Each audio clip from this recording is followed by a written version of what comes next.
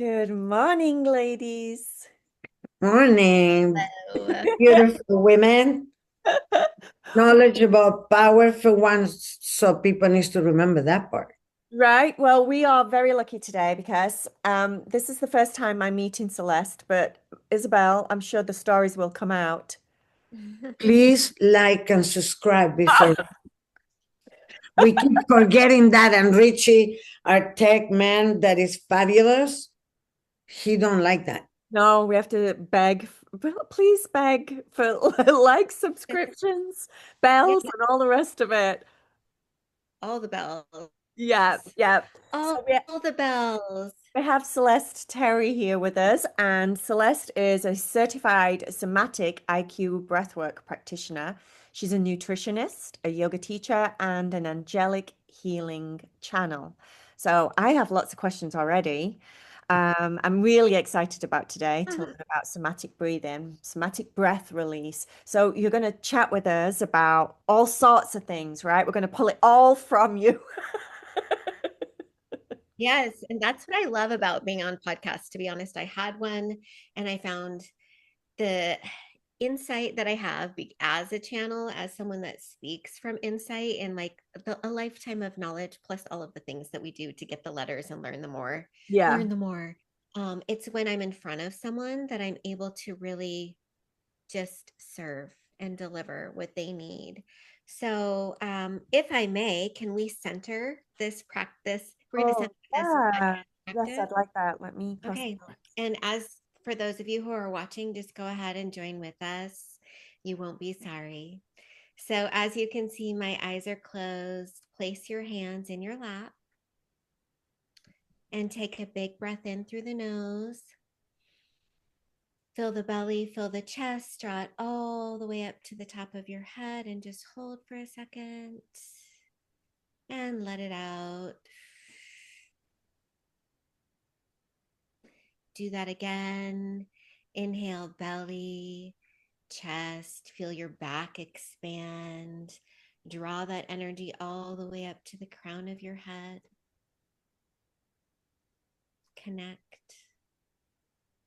and let that light wash through you. Now, doing that one more time, drop the energy, your breath all the way from your tippy toes, through your belly, through your chest, the back of your neck to the crown of the head. And exhale. Just bring your hands together and take one more centering breath. And smile, bow to yourself, and know that you and we and together, we are here in the present moment, and that is where heaven exists on earth. And from this beautiful place, we're going to have a lovely conversation. I was just going to say, And namaste to that, sister. yeah, and Nice and hopefully, calm now. yeah, whoever Yeah, will get exactly what they need from this, because that's just how we flow, right? Yes. So I'd like to hear how long you guys have known each other and what kind of work you've done together and things like that. Can we start there? Some history? I met her in a chopra retreat in Hawaii, which it was my last one with the Chopra Center as a teacher and everything, because he ran his course. And I met her and I fell in love with her right away because her radiance, her inner beauty. I mean, Celeste is just an amazing being, and she was going through some hard times then. We were with this other girl that we love. She's from Brazil, and we have kept connected since. But for me, it's one of those people that you may not see or talk all the time, but they exist in your soul, not just your heart. Many lives, it's just very special, my fairy girl. Mm. I Yeah. feel the same way. I was telling Corey before you popped on that every time you message me, it's it's like those angel bells. It's like, oh, there's a message from the universe being delivered through Isabelle. And when we do talk on the phone, it's always such, synchronistic divine timing, especially Mm. especially always, but in this now moment, I think this connection is really beautiful. Um, as I am literally here having just made a move and a transition to really focus on my Dharma, what I'm here to bring the world. How can I serve? Right. And that's with breath, and it's with coaching, and it's with, the walking the walk. When Mhm. I look at someone, I'm like, oh, should I listen to them? Are they a good teacher for me? First, I have to like, are they in line? Do they look like the embodiment of what they're talking about? And if so, then they can have my ear. But Yeah. if there's some discrepancy or some, non-congruent frequency, then it's kind of like a red light, you Mhm. know? Yeah, exactly. I think a lot of the time it's very intuitive. When you're on your path, the way that you find people, they just kind of fall into your lap, right? It's Mhm. very intuitive, I think, to have this calling inside saying, I think I need to do this, or I need to try this venture, this course, this book, this podcast, whatever it is. It's like sometimes it's just a feeling, right? Sounds like you get that with people. Mhm. Mhm. I think I did a post the other day. I don't know if it was on TikTok or one of my socials, and it was just about how your intention will never lead you astray. And this is kind of a good lead in to the work that I do that is somatic, which is mind body. What I really desire everyone to be able to do is to tap into that innate intelligence in their body. Mhm. And when we're making decisions or following the breadcrumbs, or do I go this way or do I do this? It doesn't even have to be a big decision, Yeah. but especially those big decisions. If there is any resistance in your body, especially your energy centers, which we call chakras, your nerve bundles, Yeah.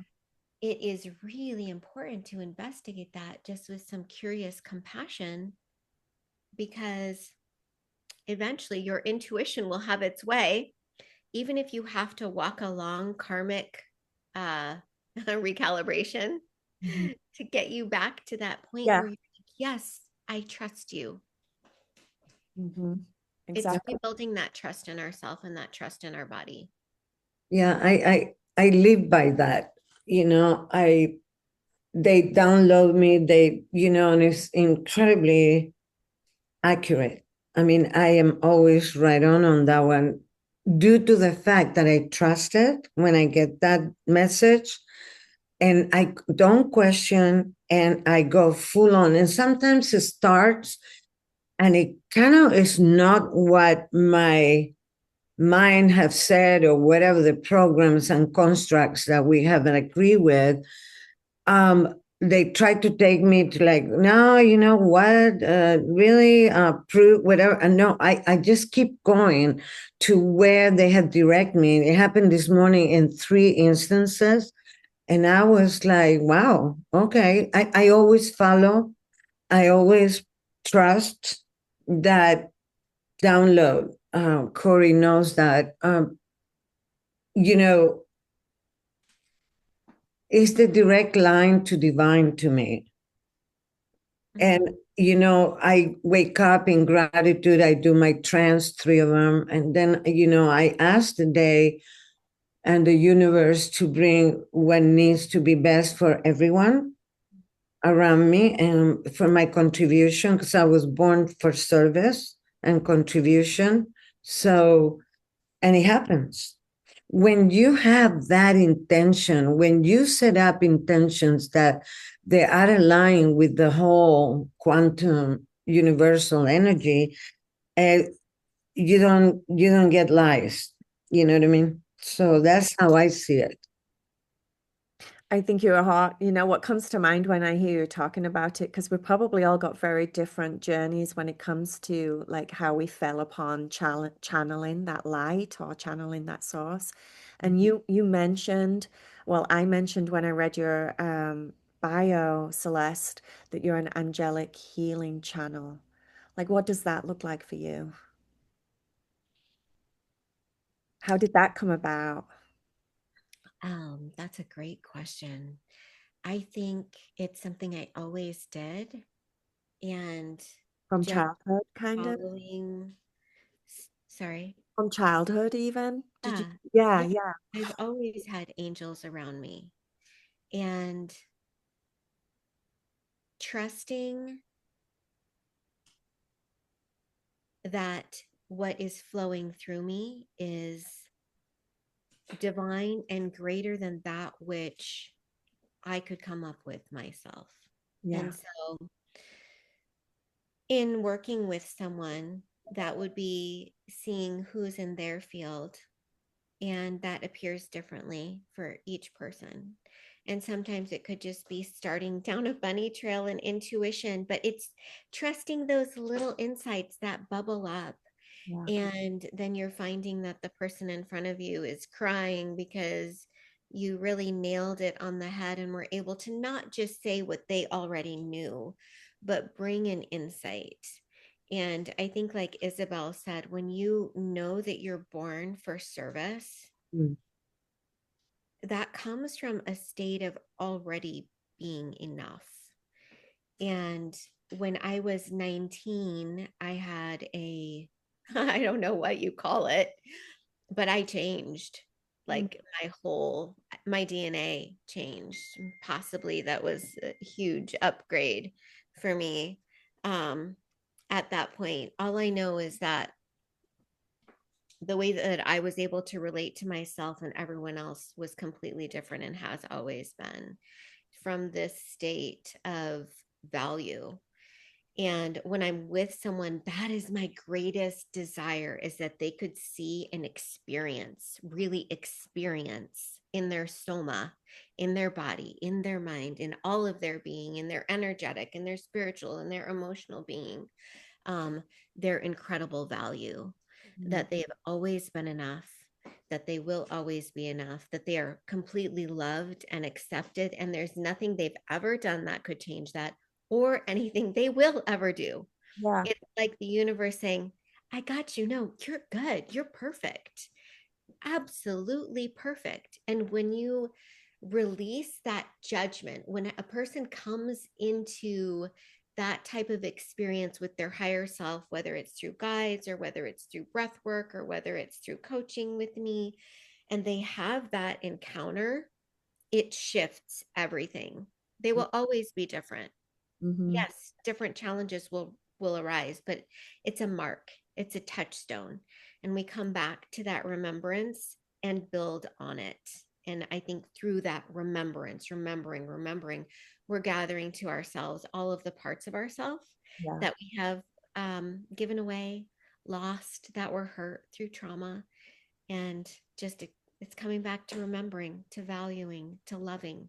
Mm-hmm. Yeah, yeah. And, you know, in the shaman world that I grew up with the Cueros, we call that soul retrieval. Mm. We go back in these little pieces, or we touch these little pieces that we can get those pieces back. And it's so important when we go there to use forgiveness for whatever we perceive that hurt us, which it was actually a gift that we become to know, that, hey, if we don't have these stepstones, we do not, like what I call the stairway to heaven. I call it not only because of this work, but because I like Led Zeppelin. Yeah, especially the main man. Those pieces that are solidified by us, digesting them, working through it. And that gets us to the next step, right? And that the next level of growth and evolution, because that's what we're here to do, according to me. I don't know. Yeah. I'm listening to you, Same. beautiful, beautiful women. I'm listening, and um what comes to my mind is we're all what we're each individually doing, I think, with as clients.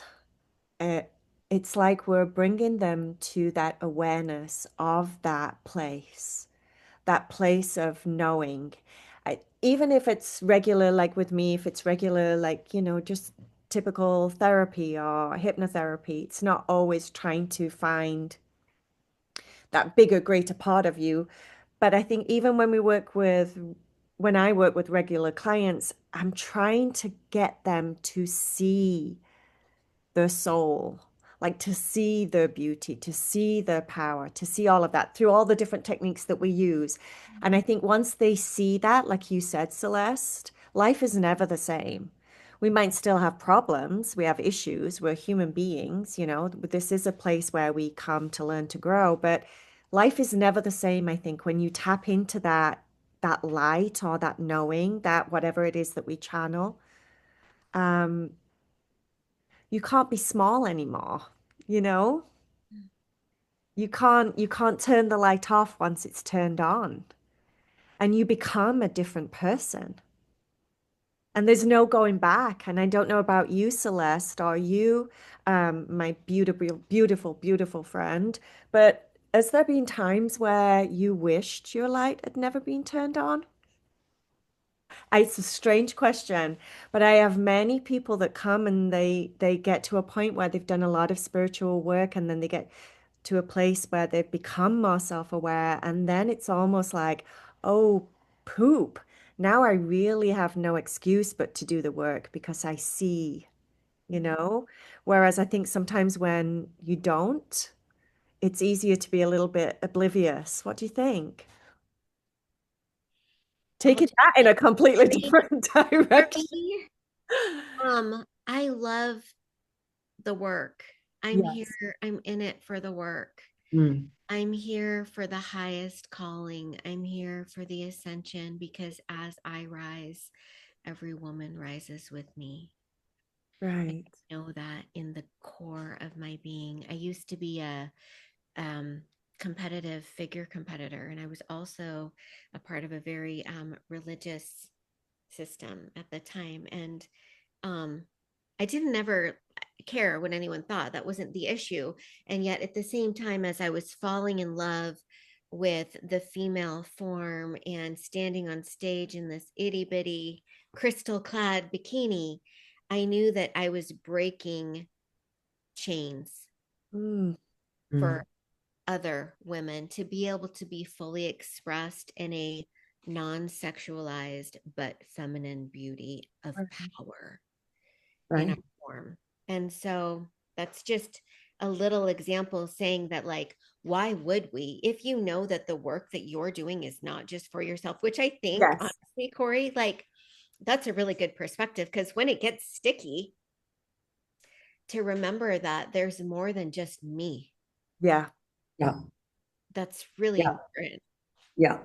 Not about you. It's not just about you, right? Right. I think you can't feel like it's about you when you see that, when you feel that, and you have that experience. You can't say that you're just a you, can you? Because I think when you're in that place, it feels like you are one with everything and you Right. belong to everything. You're an aspect of everything. So the me, myself, and I story doesn't really work for people that have discovered that they're here to serve.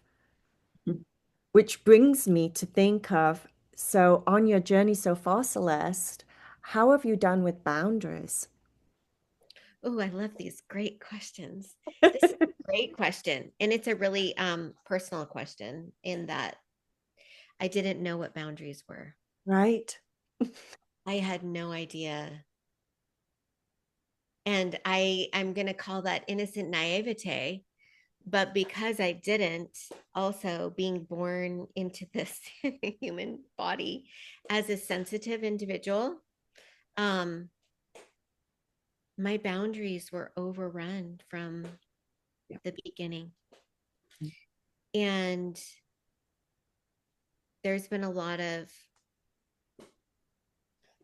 I mean, I guess a popular word right now is reparenting the different parts of ourselves. Yeah. But coming back to that really pivotal experience, which shifted me when I knew that I was always perfect and would always be perfect, and that the love that I sought was never going to be found in a man or in a relationship or anywhere in this world. It's only the divine. And because it's the divine, there's no limit. It flows through me, which also means that even though boundaries, life causes pain, the love and the forgiveness that I am capable of is not contained within my physical form or human experience. I'm reaching behind me, even though because if I'm a conduit and that love is coming to me and through me, then my only job is not to stop the flow. And Right. I think that's what it means to be in service, to love. Oh, shoot. There's going to be a little That's okay. We love I dogs. love dogs. My Love husband, animals. hours out, said, Brammy is going to drive everybody crazy. I said, no, all is, all It's is okay. well. It's okay. So when you are in service to love, then it's not up to you. Yeah. You are you've you've you've made yourself a servant.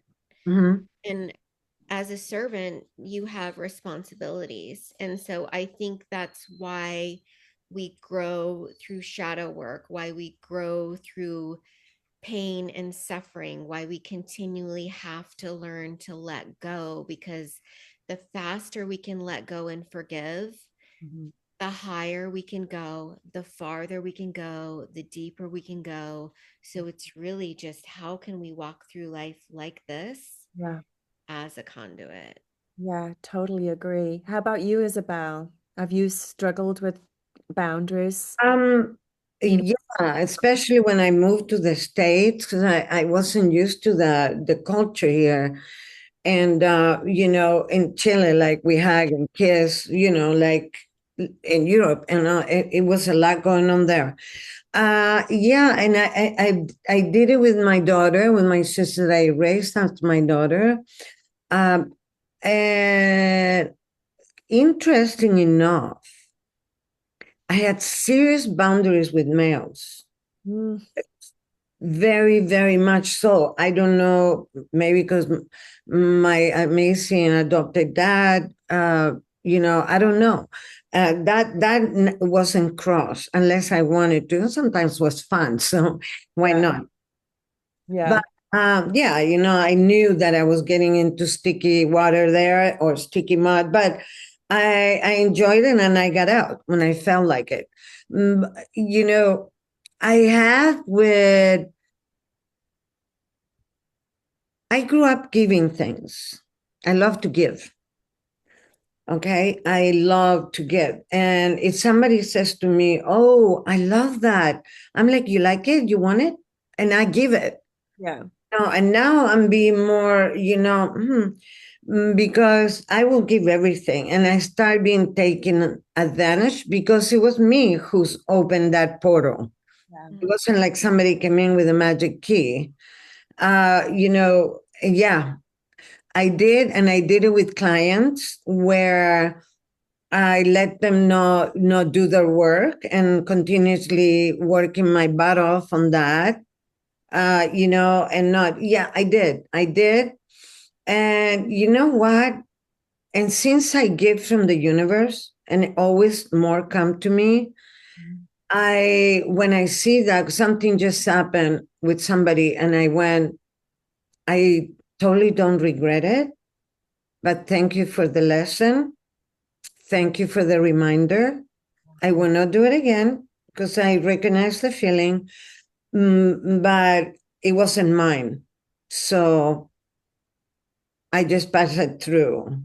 Mhm. And reminds me that I am not in ownership of the universal gifts. Yeah. Yeah.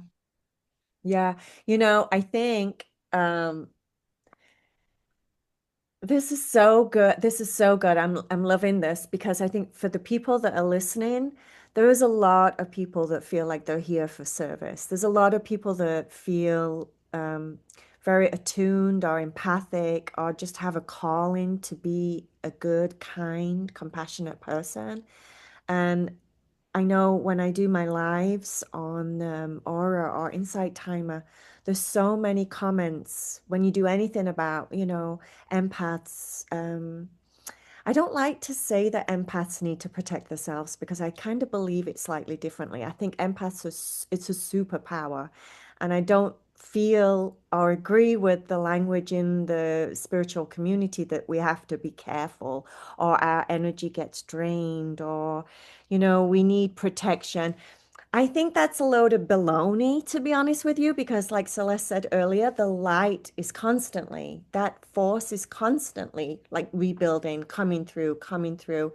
And it's only us that if we're not in the right place or we're not in a good frequency or a good place in our life, that I have noticed I struggle with that connection, right? It's like, is that the same for you too? Because for me, if I'm down or I'm sick or I'm super, super not in a good place, maybe a shadow work has been very challenging or difficult, I find it a little bit harder to have my North Star, to have my like guiding light. Is that the same for you too? I want I want to say yes and Yeah, okay, please as do. I'm also a healer and I also work on healing trauma. And the reason I'm in this work is because I had my own. Right, So, going back to lack of boundaries, and like you, Corey, I have a really hard time with some of these words, and I'm going to use a word, narcissist. right. And I have a hard time with Mm, that word mm, because whatever we call into our life experience is there because we asked to learn a lesson. mm, Right. Oof, but sometimes that lesson hurts and mm, it takes from us until we learn to reclaim who we are. mhm, That is part of the remembering. That is part of the valuing. That is the part of going back and crying the tears for the child who didn't get the love that she needed, for the wife that yeah, was emotionally and sexually taken, yeah, abused. This is the compassion that in the human experience makes us I just like makes us an empath, Right. right? Yeah. And in that, the beauty of sitting with the contrast of yes, this is acknowledging what is in an empowered way where you're also tapped into divine love and light, you can hold space for that experience. Mhm, Let the breath be the bridge mhm. and then let it move through the soma. yeah, Right. That's what somatic work does because yeah, our bodies keep the score. Our bodies are like the book. Right. Our nervous system is writing the story. And something that was stressful to me might not have been stressful to you right. because I came here with a different blueprint, with a different design. And my gift is to be able to hold myself with such value that I can look at, that I can glean the gold, that I can make the diamonds out of the pressure, that I can be refined 7 times and still say, I won't get better. Mm, I will be better, Oh, or yeah, I yeah. will be love, mhm, and letting that flow through. It's when we stop the flow that energy gets stuck in the body and it starts causing dysfunction and disease and um, all kinds of problems, Mhm. whether it's just nervous system and stress and anxiety or autoimmune diseases or other things. This is when the energy flow is not blocked. And Yeah. we don't always get to choose the energy that we're around. And so that's why I'm saying yes. And Yeah. Yeah. And to be honest with you, I learned this when I had my health challenge that they gave me 10 days to live. Um, and all the process that we did with Misha Kushi, and he showed up in a video. I haven't, wow, it was really profound yesterday. We needed to compose, all of us in the group, because some people like were really bad off. And I met Louise Hay there, and she was ill too. And that we needed to compose and process all those bits. Okay. In the other hand, I noticed that if I don't know what that client is going through, by my own experience, the empathy is in a very different level, because I can say I've been abused physically, mentally, and sexually. I can say, and I can understand somebody that comes with that. Okay. I can understand that energy that is already had been dealt with in many levels, because I've done a lot of work in my life from any which modality, that I have these tools that for that particular client, that I'm like, what about this? This one of the things I try is like the buffet of life for Yeah. me. Yeah. You know? Yeah, exactly. And I think also when you were just saying that right then, which is a gosh, I keep picking up on different things. When you just said we have to, not necessarily, let me change the words in that. I think a lot of us, like spiritual workers in whatever field it is that we're working in, have our own experiences that we go through as those beautiful diamonds and treasures, as Celeste said, so that we can draw on that knowing and wisdom and then help more and serve more. And there's many times I think I've gone through in my life, things in my life where I've had to learn one particular lesson maybe 3 or 4 or 5 times. And every time it comes back, I think, but I've worked on this. I've done this, I've been here and done that. But then you realize the beauty of it, like a diamond, it's just showing me a different aspect of it now. My mind is capable of seeing it different now. And now you need to learn it from this level, Corey. Now you need to learn it from this level, Corey. So I don't think we ever, whoever we are, however much work we do, ever get to a place where we don't need to stop learning, correct? But I think for us, the more we learn, the more we can help.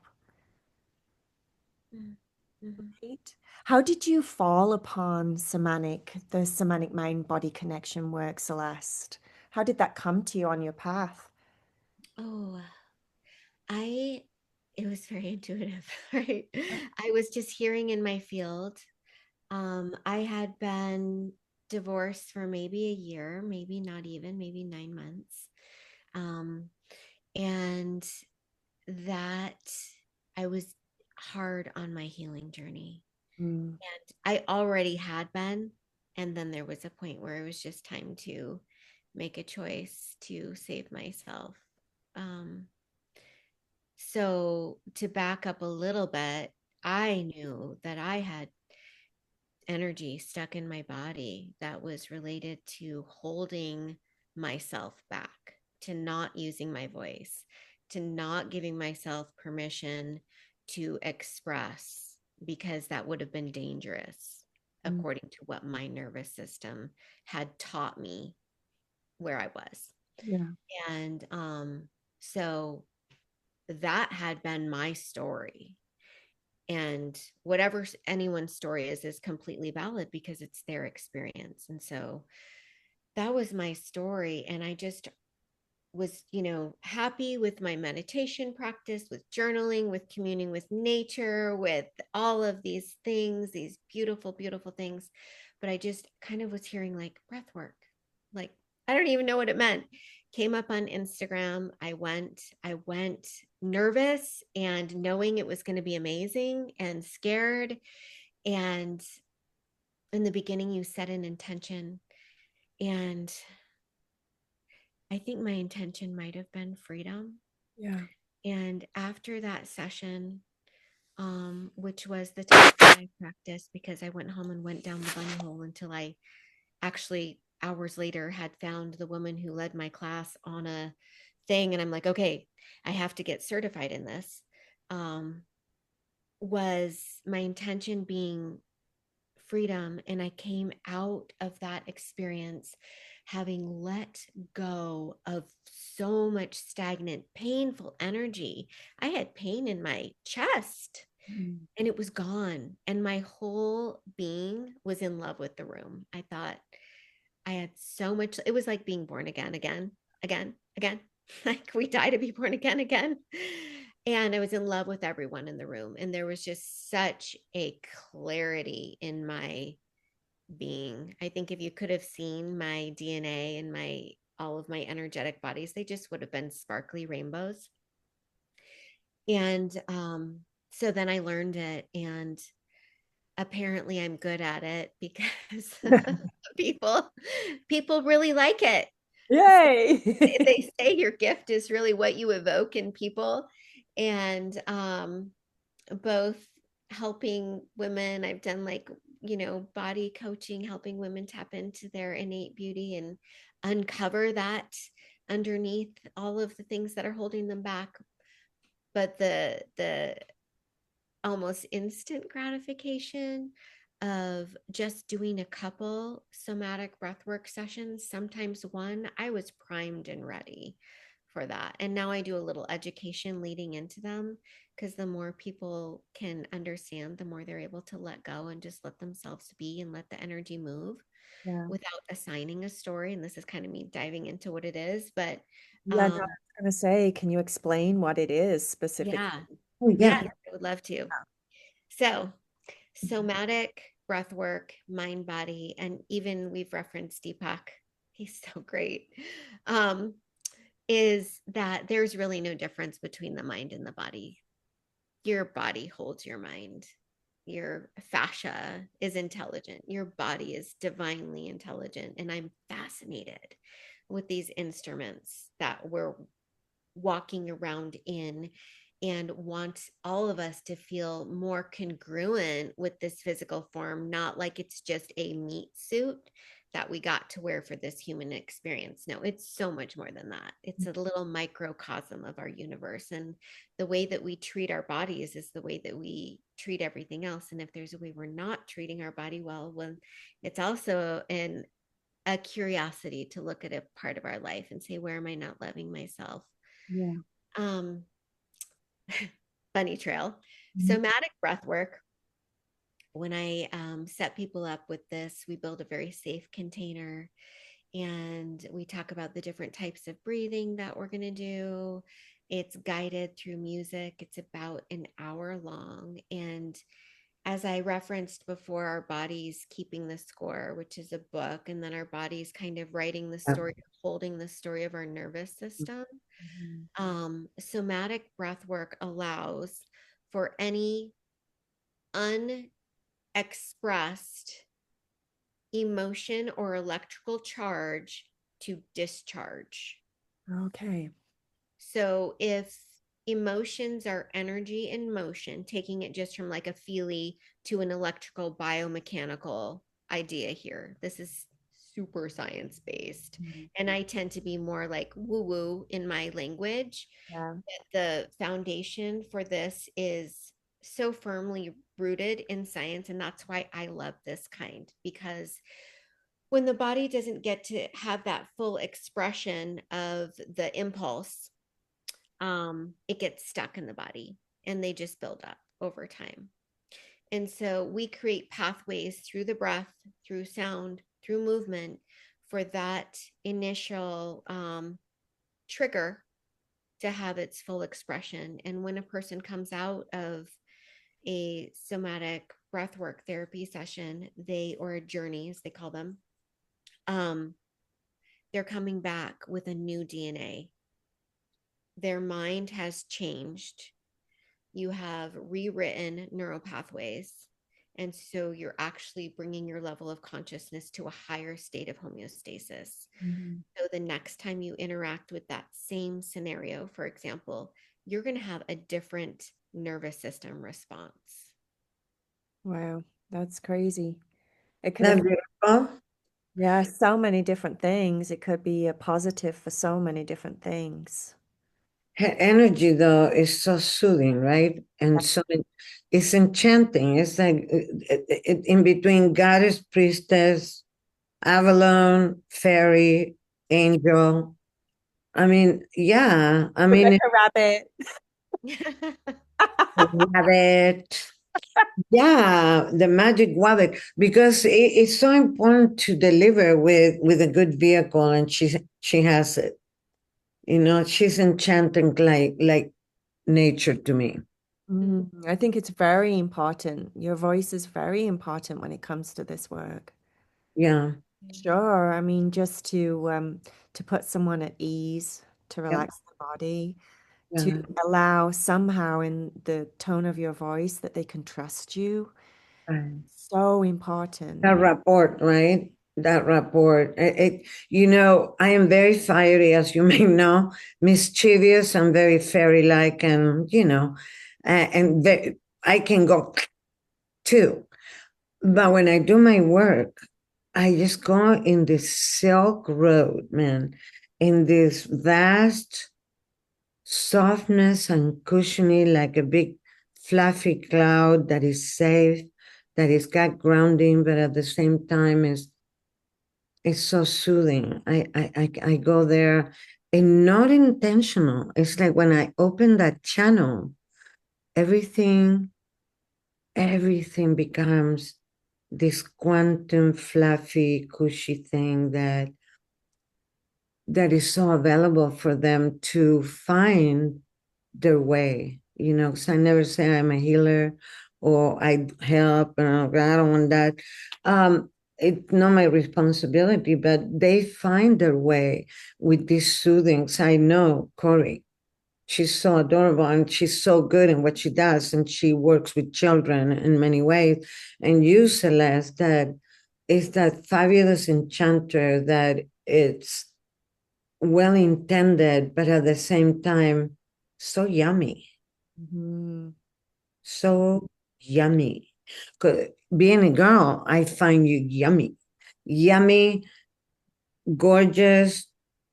And it's not the physical gorgeous aside, is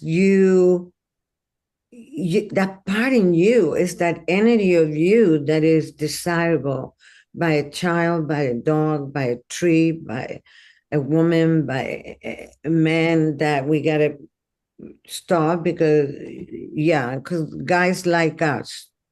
So thank you for that. And I just like to add to that, I think all of us are bringing this light. The light shines through us.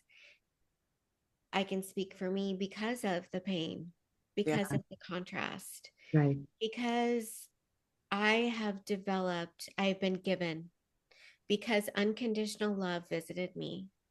Yeah. And I know and have an intimate relationship with unconditional love. And because of that, I have great capacity to hold for the not yummy Right.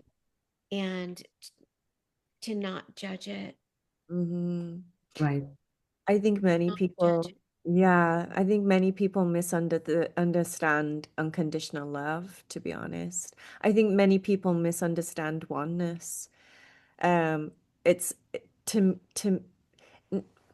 it's kind of like it contains all that is, right? And in all that is, there is the light and the dark. There is all the different shadows and the ugly and the stenchy and all of that stuff. And I think that that's an aspect of humanity. It's an aspect of life. And when we're in a trying to work in a vibration of unconditional love, we're allowing ourselves to be in that space, then you have to have humility. You have to have knowledge of acceptance of everything doesn't come shiny in a white, clean package. You know, unconditional love means that you are loving with all that is. Me is what I don't want to be. Ah, What I don't want to be. This is what I don't want to be. This is what, and not labeling it. yeah. Because the minute that we put a label, it's almost sending a message to the universe to that. If you say, you go on the computer and you say, I don't like football, what do you think is going to show up? You know? And I will do this job, not a job, this gift and this journey that I came in until the minute I exhale. And this is a moment for me because my dear, dear friend, Jane Goodall, passed away this week, and it brings tears. I mean, October 1st, we were doing this event, and I went there early with children, and she didn't show up, and she went in her sleep. And she said herself, I will stop when I leave my body. And that's exactly, I want to honor her. And it, yeah. And I think I'm committed to that until the minute that my last breath. And I was talking to the man that you can talk to, Celeste. He's amazing. And I said, I want to set up, through my 401ks, he suggested my charities. So they come directly from that. And, you know, I live for that. Even a tiny little bug, a little spider, something, if I can make a difference in anything, that's what I'm here for until the moment I leave my body. Yeah. That's beautiful. Celeste, were you going to say something about unconditional love? You started Yeah, to speak, but I also just want to honor Jane Goodall. right? A beautiful, beautiful soul, and we've been so blessed. Friends for, gosh, 5 decades, maybe, and worked together in a lot of things in Europe and Africa and all over in South America with, I grew up in the Amazon, so it's dear to me. Mm. Parrots, the jaguars, and all the deforestation and the pink dolphin. And I've been such an activist. I was activist big time with Jane Fonda. We ended up in jail. It was interesting that the food wasn't good. For defending the lab animals and all that, and I managed with somebody in New Mexico that he was amazing to close all the animal labs in New Mexico. So the journey is still on, and we're in a dual planet, right? So it's going to be day and night, hot and cold, happy and sad, and all of the above. And I embrace both, because even in my spine, don't we have the nadis, Yeah, you know, yeah. sun, moon, and all of that, The duality within, yeah. Yeah. And Yes. I think that with, what you just hinted on, Isabel, about it getting like the world is pretty wild right now.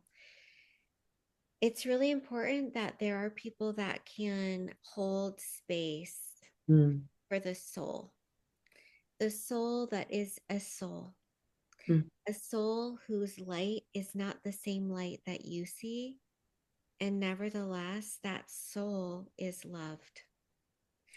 It is not the person, it's the behavior, which we all have mm, behaviors that are incongruent, which come back to belief systems, come back to programming, come back to where we are existing at our level of consciousness. And so every person on this planet is living in congruence with a divine plan. And to be able to say, yes, I can both believe that, and yet at the same time, I can have space that we are all sovereign, that this isn't like a pre-programmed play that we're just participating in, but that everyone at any moment can make a decision to shift, and as they shift, it's like a domino effect. And Right. so Yeah.